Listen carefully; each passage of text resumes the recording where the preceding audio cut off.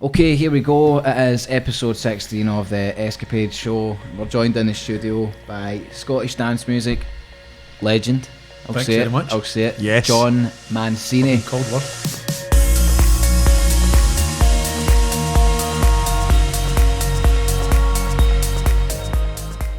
Now we've just discovered there that it's actually Mancini.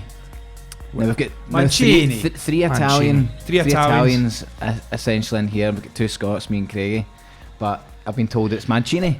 Proper way to say Forza Azzurri. Forza Azzurri. And what's nuts as well, I've just found out we're actually from a similar region. Yes. Well, from the same region actually. of Go Lazio! No, Go Lazio, that's it. So, John, how Yeah. are we? I'm fine. All the better for seeing you without your beard. But This is the first podcast I've done without the beard, and we've swapped seats, so I'm like the new guy. You're I'm Michael. like the new guy. I feel weird in this seat. I feel quite weird knowing that you're only 27. I knew that had to come in there. Well, I am. People don't believe it. 27? Married 4 times, 12 kids. No chance you're 27. 4 kids. You actually been DJing longer than Gal's been on this I planet. have. This is, last year was, this year's my 30th year. 30 years. 30 years. 30 years.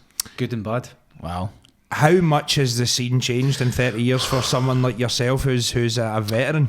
The scene will always have its good and its bad points. The bad points for me at the moment, and have been for probably the last 10 years, is the corporates have took it and made it about money and made it about brands that are just trying to make money. They do not give one shit about the punter to an extent. But the punter can have a great experience because of the technology that's there, the stage shows and everything. But they're being shortchanged. Yeah. They don't get that. When I started DJing and through probably all the 90s, etc., for me it was one love, one dance floor. Everybody felt as one on that dance floor. You went with like-minded people to like-minded gigs, and you listened to like-minded DJs who it wasn't really about the DJ as such, about the bigger brands, but the whole atmosphere. It was always a journey, and that's fucking really cliche, but it was always about a journey. That DJ, you had a start, middle, and an end of the night, and it was phenomenal. Some of the trips, no drug-wise trips. Yeah. Some of the trips and the DJ sets that you listen to and you experienced. I don't see kids getting that, unfortunately, at the moment. They don't get it with some of the DJs. Some are there, but most... Are they just turning up for the brand? Hashtag the brand, do you think, rather than the, as you say, the start, middle and end thing? Is that what To get caught in a video kind of thing? I think about there's the picture, even the DJs. I mean, half the DJs are jukeboxes. For instance, if you're number one in the world, you have a chance to blow people's minds with tracks that you get sent. See, if you're up there and you're playing stuff that's just a bootleg or something, and it's just you're playing it for a reaction rather than to educate kids, etc. You're a wanker. Yeah. Sorry, but you have the power to educate these kids and Fair show point. them. You go, this is what dance music's about. You go, don't just play Seven Nation Army, a different remix. You can throw that in, but some of the DJs are just music by numbers. And I can think of a few. Yes, I wouldn't. Listen, No name dropping, but we can think of a few that do that. some of them have done very well at it. And that's the injection of money, though, isn't it? It's happened there. It's It like, is. you know, It's that, and it's agents, and it's corporations, blah blah blah. I don't like to knock any DJ because any DJ that's become successful, I take my hat off to them. Got Whatever their they've place. done, Yeah. whatever they've done, they've became successful. Maybe the wrong way or the right way, whatever. But for me, DJing is about giving people Journey. a journey. That's it. So. is there any DJs now, currently, that are doing that for you? Yes. Like, you know, when you think about it. I was going to ask that. It's still, if I'm honest, it's still the older guys that Aye. still your Roger Sanchez, your Sasha Digweeds. Very true. Mm. They're still out there in Ibiza, though, commanding the respect properly. Yes. See, when you're out in Ibiza, you hear Roger Sanchez, and it's just respect reverberates. You know what Yes, they've built that. They have, aye. That's when a DJ came through as a DJ. I mean? Yeah. The unfortunate Technically. thing where it's changed was producers became DJs, and they were never DJs. They were only there to make money. Yeah. Would I do it myself? Probably. It's very easy to sit and criticise, but when you're the shoes on the other foot, you go, oh, I can't knock that guy. He's making some good money and he's having the time of his life, and they've built a brand there. It's wrong for me, and you can hear it in their sets. they're shit, half them. Aye, they're not They're DJs. absolute shit. It's music by numbers. It's play, drop, wave your hands, drop, fucking jump about, maybe get a TO2 gun, etc, etc. I prefer a DJ's DJ. That's my personal opinion. Yeah. And it's still the older guys, as you're saying. That you reckon? There's some young guys coming through that have been that are doing it that could take you on a good night, basically. Aye. And I see a lot of them doing start to finish nights. Patrick Topping does that. I think he does that quite a few times now. Obviously, there's Scottish guys. Jack Master's a decent DJ. Yeah. Jack's done all right for himself, and he's one of the only ones that's came through as a DJ. Yeah. He never came through in the back of production. No, or he anything. thought for a while there that he couldn't do that anymore. Yes, remember that's- Eddie Halliwell? For me, when trance was at the Yep. peak, he was the DJ, and he tried the producing thing, and it didn't really kick off. He was known as the DJ, and since then, I was like, does this happen much more? And Jack Master's a perfect example of that. That's probably the only one I can think of, if I'm honest. There's no other DJs that broke through as a DJ without a bit of production behind them. I think some of them have had to get a bit of production because they're really good DJs, so they've grasped onto a few tracks to build that name, and then you go and you say, well, he's actually a fucking good DJ. But it's more the European guys who have one or two tracks, get signed up to an agency and get farmed out on the back of a big DJ. Aye, there's a good few. They're just told, right, learn that set now inside out. It's music by numbers, unfortunately. I don't like to knock the scene in that way. I wish it wasn't like that. I think TV, film, all of it's like that, really. Yes. It's all about the numbers game. So do you think they should be separate, the roles of a producer and a DJ? There's not many people who can do both. Well, at least. Very well. There's not many. It's probably some of the DJs are probably using some ghost producers maybe to get that themselves up, that wee lift up. A lot of that happens. Yes, I'm not against some of that. If somebody's a good DJ and deserves to get that break, and they go, I need to get a couple of tracks behind me, so they get a bit of help for somebody, and it boosts them as DJs. Yep. I think that's slightly wrong, but I wouldn't hold it against anybody. It's blood lines, really, though. It's all perception. It might be a brilliant, really nice guy who's a DJ. He's touring and whatever else, and he just needs that lift. And Yes. What's wrong with him going and working with someone who spent 20 years in their studio learning their craft There's and then nothing collaborating? wrong. It's collaboration at the end of the day. There's nothing wrong, because if you look at every album that has had an effect on any of our lives, There's a writer, there's a producer, there's a mixing engineer, there's It's always the same. mastering. There's multiple people involved in an album. There's always writers. All these things. Some of the biggest tunes. Like there was a thing I read a while ago, and it was like Freddie Mercury had wrote Bohemian Rhapsody, Yes. right? And then that Beyonce tune, Who Runs 7 the writers. World, it was like 7 writers, and the tune is Who Runs the World, Girls, Who Runs the World, and that just repeats that the whole time. Who runs it from 7 this? Oh, writers. it's 7 writers, man. It's talent versus corporates. Absolutely. And when you get to that corporate level, it is quite scary, because then you've got someone like that who's empowering women, but they've got underage workers in China making all the gear that they're selling, Yes. and you're like, wait a minute, there is massively blurred lines. But I think when you're talking about someone genuine who is a really good DJ but might not have the time to produce, or just doesn't even want to, but they need a few tunes to kind of I kickstart think they need them, that there's break. nothing Some of wrong them, with that. they need a wee break. They need a wee bit of help sometimes. You go, you're a fantastic DJ, but you can't get into the scene because of all these producers who Fake are coming barriers, really. Yes, who are coming along and saturating it, and they're fucking making good money. Yeah, totally. But maybe that guy deserves that wee break.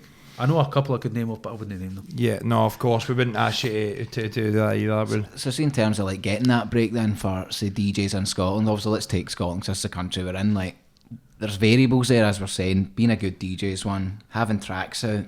What else do you think is key in this day and age with everything we've just kind of discussed there? Well, I like and I hate social media, but it can help you immensely. Social media. You're good on social media. I like your stuff on social media. A lot of people don't. But that's why I like it. It's controversial. It's but against the grain, FYI, Facebook isn't real. Just No. in case, right? It's just a bit of fun. Aye.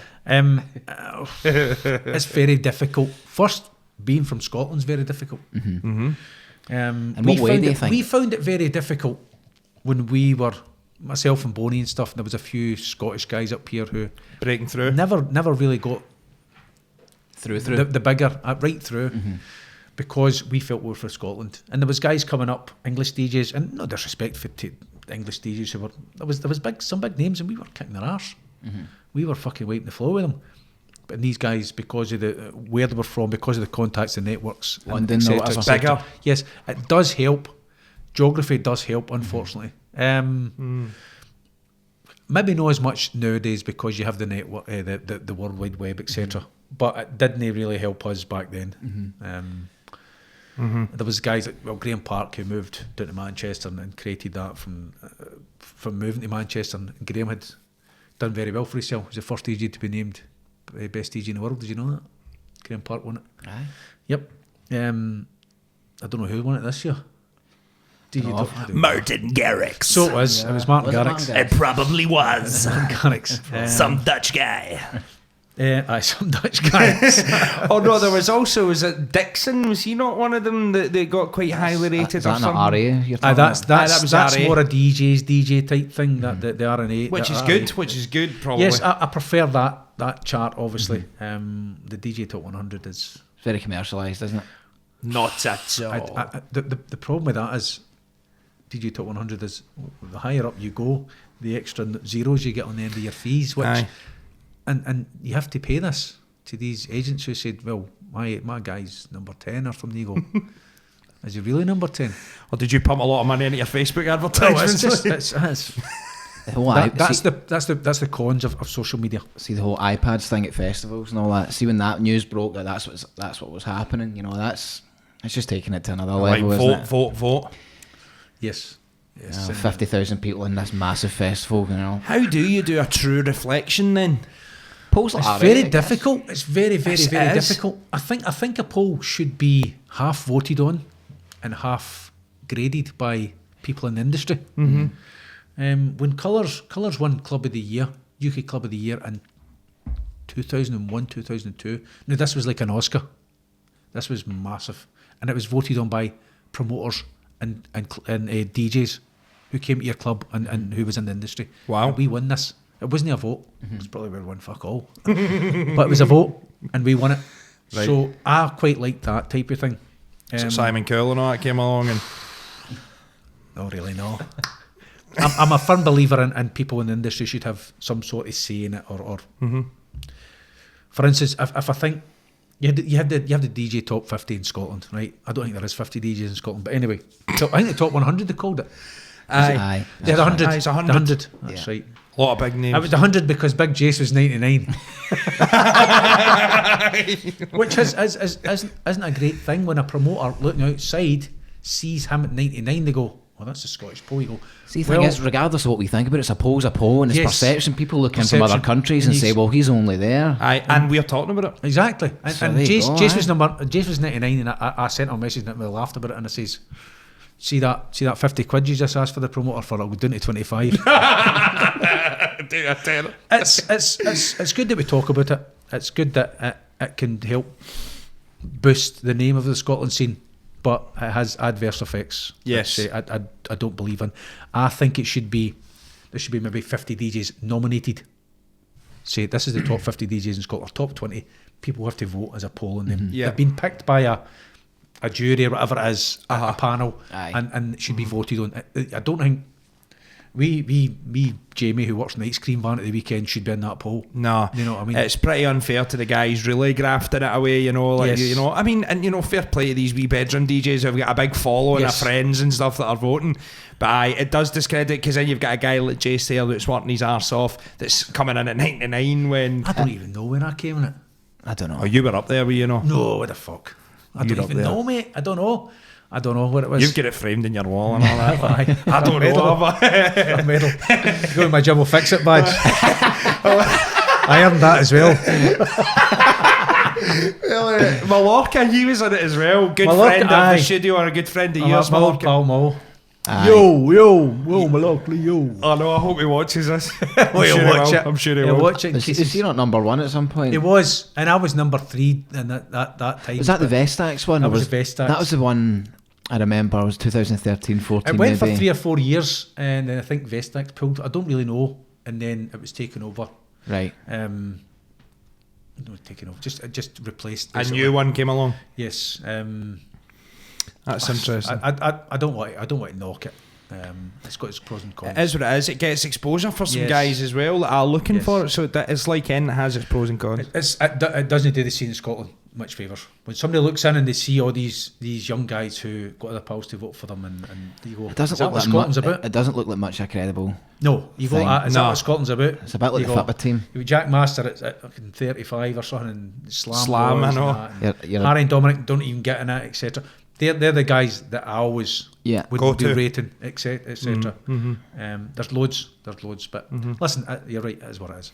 Is so how did, like, obviously we're talking about you've been in the game 30 years, we were kind of asking you, you know, breaking through, but like, how did it all really come about for you? Was it a certain gig that changed you and went, I want to DJ, or was it a certain track, you know, what did you start I off on? was always buying records, always bought records, and then the dance scene that exploded in the Summer of Love in 1988, and I was 19 at the time, which probably you weren't even born, and I'm fucking 19. So 19, and the scene came along, and I was buying 12s and buying stuff, and then this explosion, man. I just remember the whole youth culture being gripped by this thing that came along. And then some guy, there's a local bar called Rumours, which is just 200 crazy kids just jumping on the back of this dance music scene. But the guy who was in it done commercial stuff, DJ'd wise, and he never turned up one night, and my mate phoned me up and said, can you come down and fill in for this guy? So I was doing tunes, and the place, it was fucking insanity. The guy behind the bar's like, what the fuck's this? He was happy that it was making money, but he's gone, What's this music? This is bonkers, man. This is kids off fucking Clapham doing their things in tribal sort of mode. And that, I got the job straight after that, and I just kept collecting. Anything I made, I bought records with. I've got 35,000 bits of vinyl. Wow. And I just spent everything that I earned, and I just built it from there. And then the bigger events started coming along. Not for me to DJ it, but they just started springing up. Dirtbox, To go to. Plaza, etc. Big names. And all the kids would go to these events. There would be like a bus goes from each sort of town, city, whatever, and they would just descend on one event because they never had much of a choice. But you knew these events would come along. The one would be at the start of the month, one would be at the end, blah blah blah, because they'd just put them in one of the regular events. And we went to, it was called West Coast Jam, which was called Street Rave. That was the very first name. It was called West Coast Jam. It was in Air Pavilion, and I went there as a punter, the first one, and I met Ricky through somebody else. And as always done, and I've said this many a time, is bring a bus and we'll give you a shot. That's what it was like. And I have a real issue with people who don't want to do that for to get a break. Now, I wish it wasn't like that. I wish it was come down and DJ like fuck me man and have a great time, because it's got to sell out. But that the start reality and promoting big events like that is you need help for everywhere. You need foot soldiers. You need people who's got to bring people from different parts of the country and then try and grow something out of it. Yep. And I ran a bus. Sorry, the girls ran a bus who I knew, and I just sort of jumped in the back of it, and I got a shot. And once I got my foot in the door, I worked hard. I helped out. I still made sure they brought buses, and I became a resident DJ, which I was very fortunate. Now it's a hard thing to do nowadays. There's so many kids, young DJs trying to break through. It's so accessible now. It's every second guy wants to be a DJ. Back then, it was all vinyl, and you had to buy vinyl, and you had to pick the right vinyl, and you could be able to Perfect mix the it craft, properly. It was more niche. See if you weren't a good DJ, as in you couldn't mix, you didn't pick the right tunes, you got found it, and that was it. You couldn't use technology to cover up how shit you were. If you got found it, you go, oh, he's fucking terrible, man. I can hear the thunder, but I can't see the lightning. Is that you're mixing? Yeah. See that first gig that the guy never showed up. Could you mix at that point? Yes. I could just. I bought a set of Technics 1210s. I've still got them. They're in pristine condition. Pristine, and I think they've been serviced once, but they're immaculate, and I still have them, and they work perfectly. Brilliant. And I bought them in 1988. I bought them at a Hi-Fi Corner. I've still got the receipt. I don't know why I've got the receipt. I've got the receipt, and they were 300 quid each. That's what they were, and I could probably get 300 quid for them now, 30 years later. But they still work the exact same. They still sound as good. They still operate. You know, when a lot of young DJs will only get this, but when it goes to the zero and maybe it would move back and forth and it would I've noticed that a few it times. doesn't happen. These are pristine. So is that just a wear and tear thing with decks? Probably. Because seeing a lot of the 1210s I've used, you get that on the zero. Yes. There's no in between the mix being off. You need to either move them all down or move them all up. Yes, if you got it to the zero and something, it would move. The magnet would move, and you'd see the deck. It's kind of like, oh, fucking hell. I know. Been there. Pretty cool. So that's a wear and tear thing, aye. It's a wear and tear. I remember switching. I was playing in Melville's. What was it called? Somewhere in Livingston. Big event. Pete Tong's there, and Pete Tong comes on and he switches. It's a thing he used to do between DJs. We'd switch their track off and it would and then you would start. Aye. I'm on. As you turn the deck right so off. Pete Tong's turn it off and it's fucking the top's broke. The top of the deck's broke. So we had to, while he's DJing on one deck, pull the deck up. Now the bottom of the 1210 comes off. It's rubber. So he'd pull it to the side. You'd unscrew the foot and you pull it to the side and we stuck it and we put it back on and put it back down. Because you never had extra decks and fucking all that. Aye. And your rider can have 1210s and 4 CDJ, which guys never use, but they always ask for them. Aye. In the rider. 4 CDJs. What, you're just playing a pre-recorded mix with? Fuck you want 4 decks for? So kind of residency then. Where's the residency for then? For what event? Well, you got the residency then, so that the residency would be at a local place called Rumours. That was my first residency, and then at their residency I took after that would be Street Rave, right. And I've been there since. Right. Obviously that merged into Colours and a few other brands, etc. Okay. And I've been there. Fortunately or unfortunately, I've still been there for 30 years basically. It's obviously kept you there for a good reason. It becomes a way of life. It becomes ingrained in your blood. I don't know many guys who they step away from it slightly, but it's always there. Once you're a DJ, you're always a DJ. That's the plain fact. Yeah. If you've done it DJing at a decent level, and you've done it for so many years, you'll always be a DJ. You might step back for it, but that's always in there. Sometimes that comes out that. You're always You go mixing to a wedding or something. I'm fucking out the road, you. You're a DTA. Fuck off. Yeah, that always becomes it's ingrained in you. I know what you mean. You know exactly totally what I mean. know. And I think DJs will know what they mean. If our generation grew up with dance music and it changed the world, dance music, acid house thing, but DJing wise and changed their way of life. All the guys that I know that went to clubs years and years ago are different for other people who never went to the scene. They just got a different outlook in life. They feel. I feel still quite young, even though I'm nearly 50. I feel quite young because I've been in that sort of industry. It's quite a young industry. Yeah. Definitely. Just different. We've got a different outlook, and That's a positive. That's a real positive thing. Very. it's always just been a different outlook.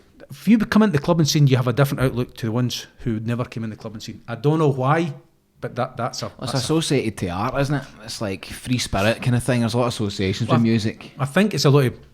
When you go to clubs, you meet different people, become ingrained, you create bonds. You meet like-minded people. You create bonds that never get broken. It's weird to really explain. So the thing is, it's like everybody's got their own thing though, because then you've got another group of guys that would be saying the same that are like football mad. Yes. They're like, they don't get it. They can't get the football lifestyle. That's probably what it is. Or cars, guys that are into their motors that don't go clubbing, but I love a motor, man. It's like, how good are motors, man? You're a motorhead, aren't you? No, I'm not. Actually, no at all. Actually, no at all. But You were probably driving 30 years ago. that's when I passed my test. Now you're 57. Back then. Now you're 57. You've been driving for 30 The years. old Alpine. No, so I mean that's So I guess it's why, because you're meeting like-minded people. I guess it's kind of like that. A lot of the projects we run like in the community with young people, because a lot of them come in and do like a creative workshop with us because they're maybe not into football and they're 14 and other pals are, and they're kind of like, well, I'm into like YouTubing or I'm into the decks or whatever. So I think everybody's kind of got that in their own scene, and this is such a young scene that no wonder you feel so young. You still look young there. I'm giving you compliments, you're ripping me, but I'm giving you compliments. You look fantastic. You were grander.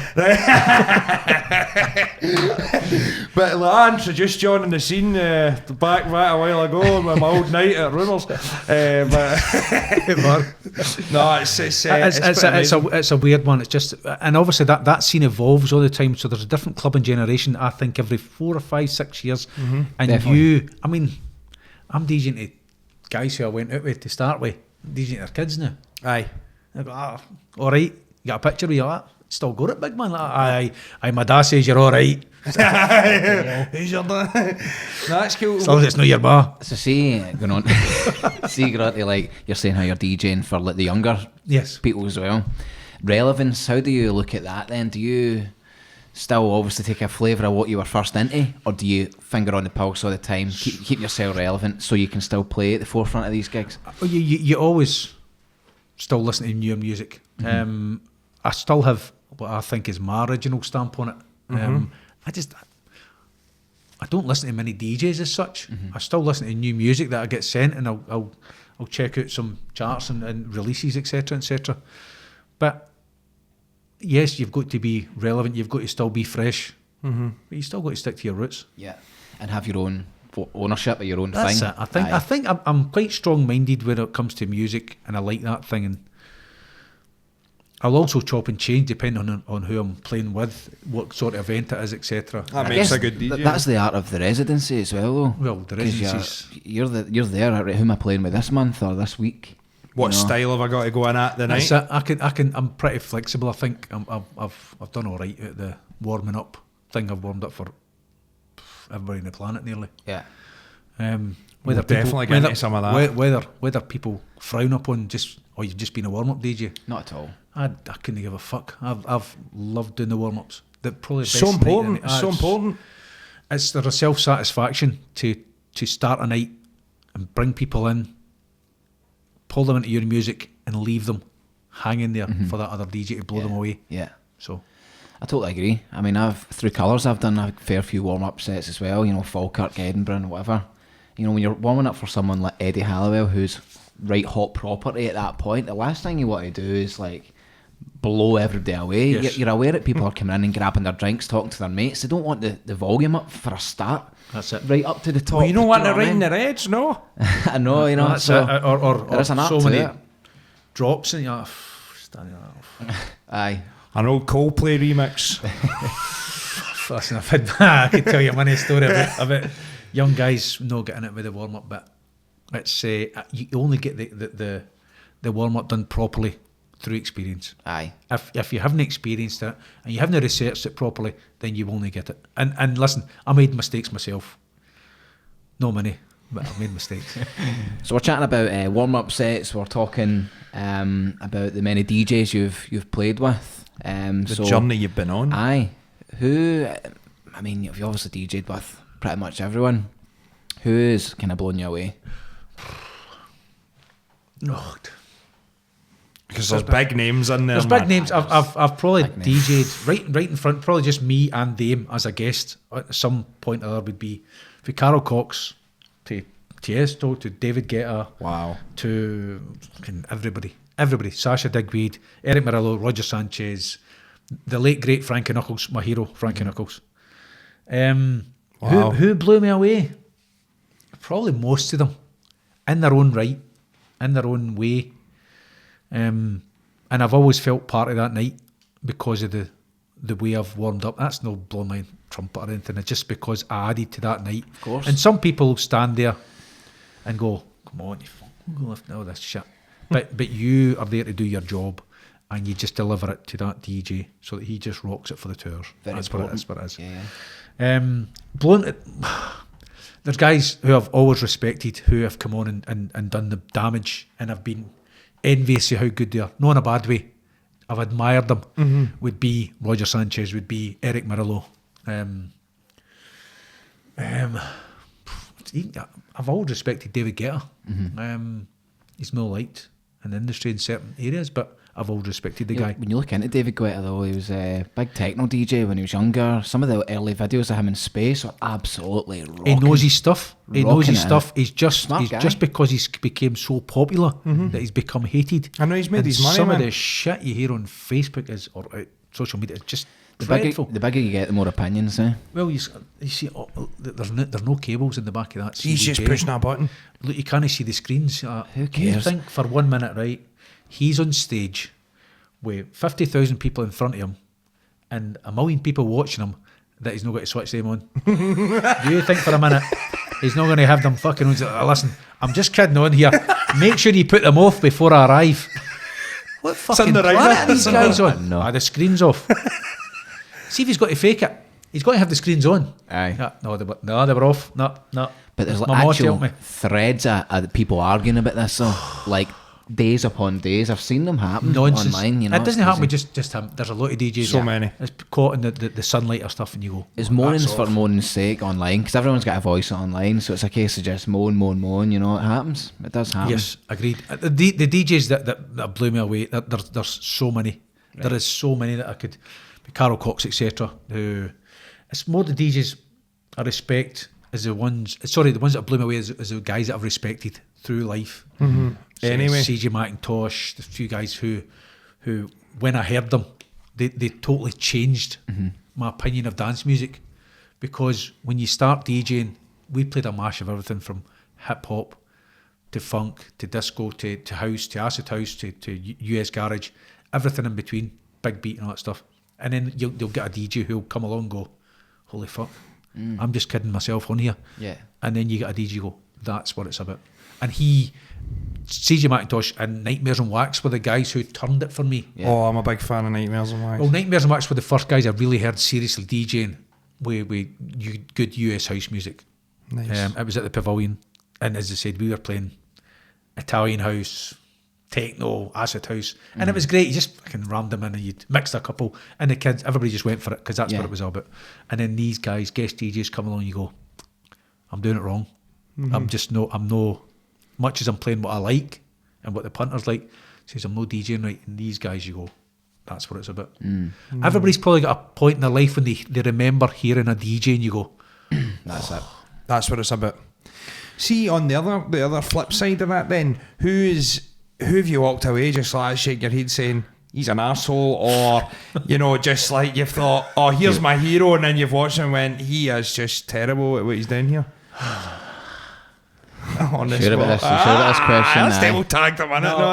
I'm not going to name any names. I have respect for everybody. No, that's in that's the fair same night. enough. That's fair enough. There is DJs obviously that I've no enjoyed working with. There's DJs who have said you're vastly overrated, and there's DJs who have thought you're a cunt. But that's life, and I think that's so. And in every part of life, there's people like that. There's a lot of imposters in the dance music scene. The new school of DJs, unfortunately, haven't got the same outlook as what the other DJs had, because they're brought in through agents and they just become robots. Unfortunately, the guys are dragged out of a studio, showed how to DJ, and they don't have much person. They probably have got a personality, but they're not allowed to show it to you. I've sat and interviewed some of them, and I'm talking through a manager to get an answer here, and they're going, you're like. And I will not knock the guys for it, because that's how they've been coached into just being robots. Yeah. Avicii. Avicii. The guy was made into a robot. He's doing 300 gigs in a year. 300 gigs. That's too many. Travelling man. everywhere. too I many. know what it's like going to Ibiza for a fucking 2 nights. But you know what it's like. See, when you travel, you DJ, and you don't see anything. You see the hotel, and you DJ, and you come home. And it's quite. It's not as glamorous if they make it. Aye, No. We've touched on this a few times. It's the hotel loneliness after the gig Yes. of pure adrenaline. You're not sleeping. The walls are ringing. Your ears are like, you know if you've got protection, horrible. it's a bit You can different. go but for you're heading downwards. serious That's one gig. gig, you know. I've seen a few DJs talk about it, and yet that seriousness of you're in a gig and it's fucking going off, and you're putting it in the palm of your hand, and you've had a great night. You just get dropped off, and you go, What now? I've just rocked 10,000 can't people. even phone for a kebab. Aye. You know what I mean? Yeah. It's very deflating. It's highs and lows. How do you mitigate something like that though? It's a decision though. It's like with the extreme highs, you've got to take the extreme lows. So it's a mindset thing. It's a choice, isn't it? It's You're aware of it. It's a horrible lifestyle.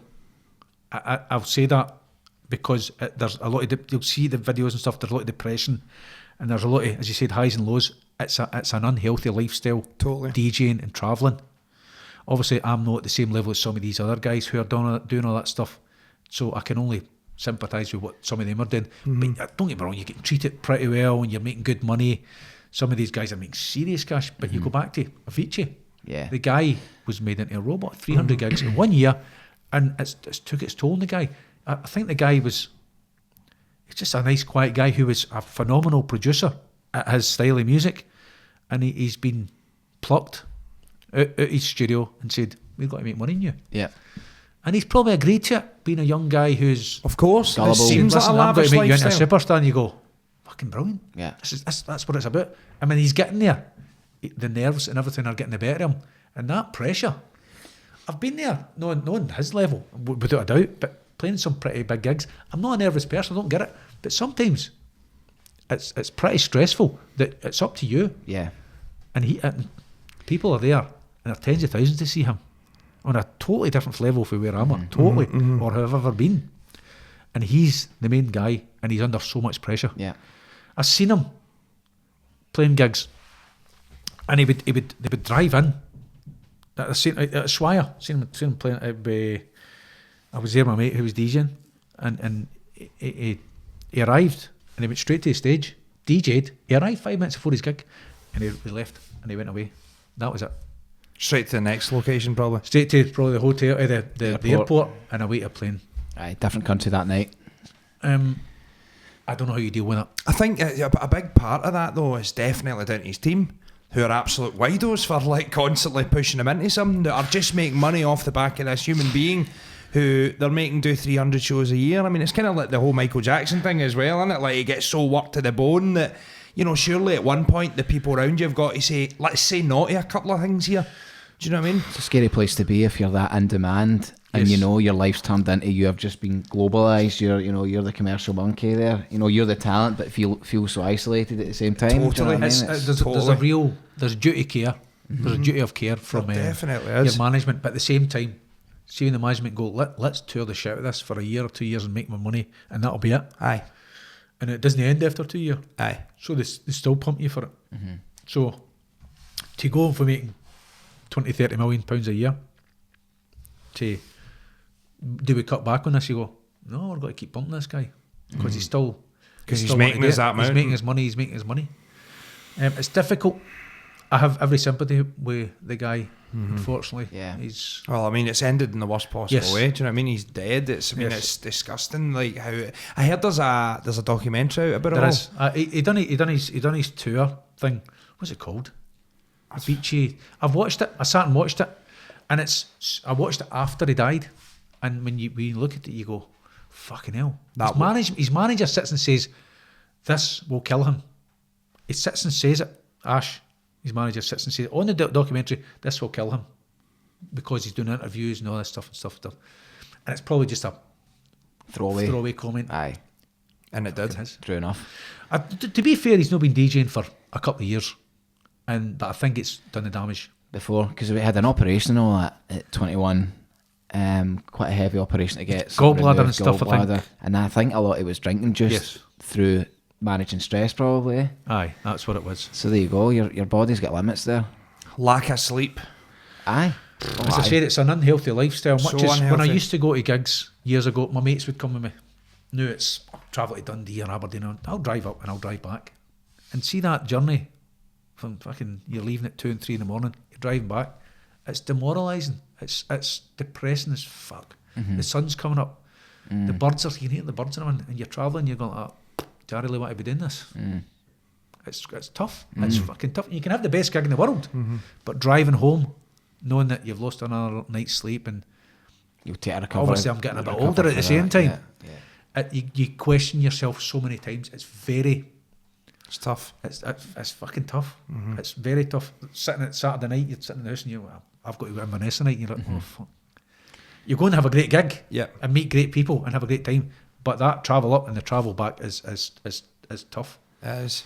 It's really tough. Especially when you're more on the road and travelling like foreign places. I mean, we've tasted some of that going about, and it's like, I guess a way of mitigating the kind of depression is having people around you, like good people. Like, so if you've got friends, I mean, we always kind of try and travel and do gigs and stuff because it's always a bit. I mean, if I was going to the airport at some of the times myself, it just like I like kind of being around people, having a laugh, kind of making it something. Always staying a wee day extra if it's in Amsterdam or whatever, because you feel like you're actually there for a reason as well. You know, you're absorbing a bit of the city, you come back more refreshed, you get a night's kip. Yep. So it's like, I've you know, travelled a bit of that. 10 times myself, and it's tough. It's not that I've great. done a tour of Spain and Portugal myself. Right. I've done 5-6 gigs. Met up with, I think it was Roger Sanchez done it with one. I can't remember. It was a tour. I've done many a time travelling, and the travelling yourself is difficult. It's difficult. Even just as I said, Aberdeen, Inverness, whatever. It's difficult. Totally is. You get lost in your own thoughts, and it is. It's like, I mean, I felt it after you played Amnesia. Like, we were like, you know, behind the decks, like, oh my god, look at this, and then you're in the taxi on the way back like that. What the hell? I was up the whole next day because I didn't finish the set till 7 a.m. So by the time you're back, you're dropped off. You're into the next day, and like the adrenaline off the back of that is a drug. That's keeping you up. That's right through the day, and like, you know, if obviously I had a bit of company there, which is fine, you know, a bit of lunch and all that, fair enough. But imagine that I'm on staring in the room, literally, I'll go a wee walk now. Right, there's half an hour past. Now what? It's quite weird that I'm sitting sort of knocking parts of DJing, because DJing is the best job in the world. Yeah. At certain points, but there is cons involved in it. Like there anything. It's a massive win and you know, the massive down as well. It comes with it.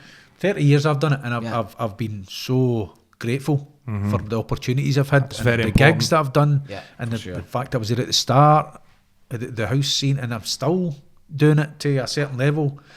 I'm eternally grateful for anybody who's actually came along and supported me, or for sure can listen to my mix and say, that's all right, big man, anything at all. But there is definitely pitfalls to the industry and the occupation. Absolutely. On a lighter note, out of all the DJs that you've seen, all mad legends you've mentioned, is there something that like is like common with them all that you've noticed? Is there like a magic there? Is there something about the highest of DJs, Eric Barillo, Carl Cox? Is there an energy common about thread that you feel it off them, or you know, what's your thoughts? There's an aura with some guys who have a total presence. Frankie Knuckles. Now, I met Frankie Knuckles on numerous occasions and DJed numerous occasions with him. And when I met him, I met him in probably about 3 years before he passed away. We were in Amsterdam, and I called him Mr. Knuckles. His name's Knuckles, to be fair. His name's Frankie Knuckles. Right. That's his real name. And I called him Mr. Knuckles, and he turned and said to me, "My fucking dad. The only person that gets called that's my dad." Aye. So I said, just because I have so much respect for him, he had an aura, and he just was there. He was just there. Carl Cox has got the same. Pete Tong's up there as well, to be honest. There's a certain aura about Pete. I like Pete. Yeah. I don't know how you would describe him. I'm friends with other guys, really friends with Sasha, Digweed. I can go and sit with him and talk to them. And Roger Sanchez, the guys who I looked up to, became friends, as as far as you can go as friends. The other guys were, Carl Cox is a friend, I can sit with him, name and guys. But there's other guys who you just, Frankie Knuckles step back from. Yeah. You couldn't get in to be friends with Frankie Knuckles, much as I met him, and he was just another level. Is there a certain thing that they all have? I don't. Nah, not really. I think maybe it's what you think of it in your mind, how you perceive them, that creates that. I guess they're all just real guys. They're all just for those guys, there's a genuine love and a genuine pedigree and history for dance music. They're dancing. I think they like a wide variety of stuff, and that makes them into the DJs that they are. Because Carl Cox would play sets with funk and disco and everything, but he's a techno DJ. Yeah. And I think they all like different genres of dance music. I think that's what makes a good DJ, if I'm honest. They listen to a bit of everything. See, if you listen to techno 24/7, just that, you have no other influences from anywhere else, I don't think you can be as good as you should be. Yeah. No. I think you have to have some input for elsewhere. I'm a house head, but I can play right across the board, from acid to techno to anything. I even sometimes touch my toe into the EDM sound when I was warming up for DJ. I wouldn't go too cheesy if possible, but... So do you think it's also important then to define that you're a house head, but you've got that, because seeing DJing these days is something we talk about quite a lot. Almost is that you need to define who you are as a DJ, but have loads of influences. Genre but like wars. for the marketplace kind of thing, it's like you need to be able to brand yourself as Carl Cox, techno DJ. I think you need to, if you're trying to make moves, I guess. Moves into the scene, you have to be in a certain genre. But is that no rubbish as well? Shit. Because it's Absolutely totally crap. Because it's like, right, I grew up watching guys like yourself. I was house, electro, then trance, and because I've had a few trance releases, I'm associated as just trance at times with a lot of people, and I've never once solely ever listened to trance, and I rarely do. Yeah. But it's funny that it's like I almost feel like, you know, you're better off just having influences, as you just said there, but picking. Yeah. It's not nice, but it's like having. See, I play right across the board. People sometimes say, "You play 3 or 4 different genres in that mix," and that's who cares? It's all house in the end. It's all house or techno, whatever you like to call it. Yeah. It's all house in the end. I like to play everything, even from disco to anything. I've fucking done an 80s a wee while ago. So we all edit Sounds 80s great, and stuff, and I loved it. Loved There's it. certain things I would Craig have. Street. There's some things I would get booked to go and DJ at certain events, and it's right across the board. These people, whatever the type of person it's the demographic, and I've seen me playing remixes of the Rolling Stones to fucking Banana Rama to anything, but they're I consider quality edits, quality remixes, and they worked. That's because you're doing the DJing. You're there, obviously performing and putting on a show for who's there. You're adaptive as a DJ. You know, that's what that is all about essentially. It's a very interesting thing, that, you know. How much would you say your sets have changed from when you started to now, or are they still similar in terms of your approach, that you're looking to, you know, broaden people's horizons in terms of music and cover many spectrums as opposed to just one? The thing about what I done at the start, I was resident at street rave, etc., and I would play the last hour. Now the last hour at every event that we done had to be big tunes. You're looking for Plain and heavy. simple. Yeah. And if I didn't deliver big tunes, you play some individual other tracks in there, but you had big tunes, that's what they wanted. If you didn't play them, you would get fucking bowled. Aye. What you did? Aye.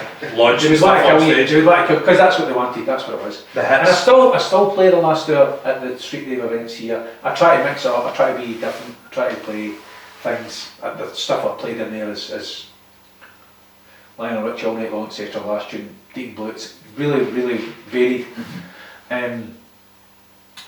But in those certain sets you still have to play those select tunes, those big tunes. There'll be a handful in there that you have to deliver. The approach is different for each set probably, unless it's that last hour at something.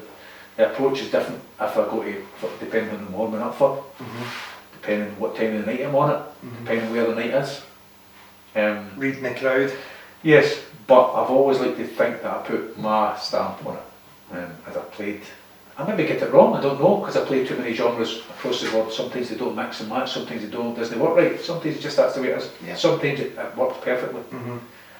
It's trial and error, and as I said, I've made all those fucking mistakes. Yeah. I've made them, but I've done some good Makes you things. the DJ you are now though. Through all that. Do you know what I mean? Through all that. I'd love to see a Mancini set. You know, it sounds great. It sounds up my street actually. Yeah, It depends what it is. Depends on what it is.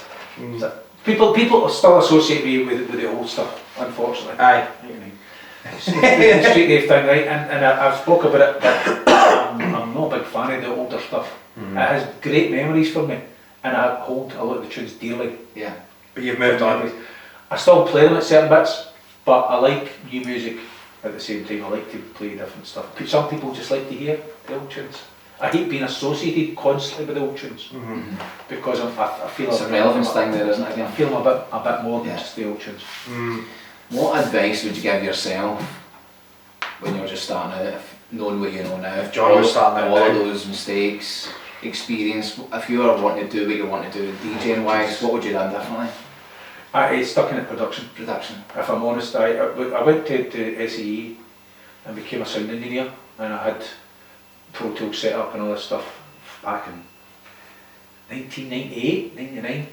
And I mastered some of it. But the DJing I was still DJing and doing alright at the DJing. I wish I'd stuck in at production, because it's very difficult to sit with somebody and try and get your ideas over to somebody, say, or your thoughts of what you're trying to do when the two of you are working it. The best way to sit for me would be sit and go through a million samples, come up with some ideas, throw them down, sit with the kick drum, which would take me and spend a full day for trying to get a kick drum and a hi-hat, whatever. Just sit and do that, because you haven't got the time when you sit with somebody else. If you sit and do your own stuff and then go with the idea, say, listen, this is what I've done, can we make it better? I wish I'd stuck in at production. Production was the best way to go and make that next level. And was that all something you desired, to go on tour as a producer as well, do you think? No, it was just to make good tunes and become. You could play maybe as well. I think it was just to make some good tunes and become a worldwide DJ basically. Worldwide. I never wanted fame or anything. It was never about fame. DJ was never about fame for me. DJ was about passion. I'm not quite comfortable standing up in front of a crowd. Yeah. I'll do it, and at the same time, I'm quite easy with it. But fame was never my thing. Interesting. So I suppose it's just more delving into more of the art of the tracks you're playing, knowing more about the production, be able to fling your own track. Yes. I just wanted to become a bigger object, playing better clubs, play around the world. I did play around the world, but to do more, I'll make more money at it. As a byproduct of the past. Well, it'd be nice to be in some of the money situation that some of these guys are nowadays. I don't envy some of what they do, but money wise, we missed chances because when there was social media on that. For instance, guys like the K-class guys, Paul and Russ, probably were 4 or 5 years away from becoming multi-millionaires, because they were massive at the time. They never had social media and stuff. They were remixing it. Bobby Brown, My Prerogative, was it? No, Two Can Play That Again. Paul told me a story. I should tell us, but anyway, they took a fee instead of taking the points for it or whatever, the royalties they would have made millions of it. Whatever. It went a worldwide hit, but they just took a fee. That's what it was, and it wasn't much. Right. So that sort of thing. If they had been people social can media, get if they're making that sort of track in their own social media and they're worldwide, they would be huge, massive. That type of thing. DJs who were good DJs back then, if they had social media, if they had that network to work on, the internet, etc., could have been massive. Interesting that. So I think we've covered a few things there. A few key things there. Just about the scene, artists, mindset, things you need to cover if you're up and coming as an artist. I say artist because it's no longer just a DJ. It seems I say that because it's production, artist, social production, media, DJing, social media. You need to be great at writing, articulating your point, networking, speaking to promoters. You're almost a team of 7 people. Do you know what I mean? I agree that it's difficult. It's got, I keep saying pros and cons, but it's difficult, but it can be very helpful. You can be shit and be somebody. That's the bit that I don't like, but who am I to say who's shit and who's not shit? It's the clubber's perception of course it is, whether you're good or whether you're bad. Social media. That's it, but it's like, you've got to do it honestly. Fundamentally, it's like, we all love it. Yes. We're talking about pros and cons, but at the end of the day, we wouldn't be sitting here talking about it. We wouldn't be sitting in this studio. It's more pro than con. Agreed. Totally I've met so many good people through the club I use, etc. Coming through the ranks, etc. This old guy. The young guy there. etc. I've met so many people in life and became friends with people and networked, and it's just such a fantastic circle to be in. Totally. I totally agree. As I said, it's the best job in the world. Best job. I see if somebody had said to me 30 years ago, you'll be DJing, you'll be making a living sometimes at it. In 30 years, people are like, fuck off. Because when I was a young guy, I know he was 50, he was dead. Just an old guy. Aye. That's what it was. But times have changed, and the DJing has definitely kept me young. And you're only as young as you feel, that's Exactly. I mean, I'm fucking not younger looking than you. It's a fantastic thing to get into if you treat it properly. Yeah. If you're going to abuse it, You'll be not long in it. I don't think. yes, it's a great thing to do. So John, tell us what's coming up in your life, your DJ life. What's coming up? I'm pretty busy. I'm working on different projects at the moment. DJ wise, we still have residencies at SW3, the O2 Academy, amongst other things. We've got stuff happening at the Hydro again, and obviously Colours Fest is coming up. So there's loads happening in various things, and also I do my video work. So Aye. Keeps you going, brilliant. Loads happening, so go and check that out, go and follow all his stuff. Perfect. Excellent. Thanks so much, John. It's been an absolute pleasure having you in. Yes. Much appreciated. You've been a guy who I've looked up to, somebody who I've walked into the Archies and had that moment. Left. No, but I'm doing seriously, something else. That moment you see over the sea, like, what we're about to go into here. It's been a pleasure having you in. Much appreciated. Thanks for having me. Aye, not a problem. It's been great hearing stories. And hopefully that's been some good insightful stuff for you guys out there. And YouTube one. So yes, John, that's been SKapade number 16. 16. 16. Jon Mancini, the proper way. Grazie. Prego. Prego. Cheers folks, see you soon. Oh.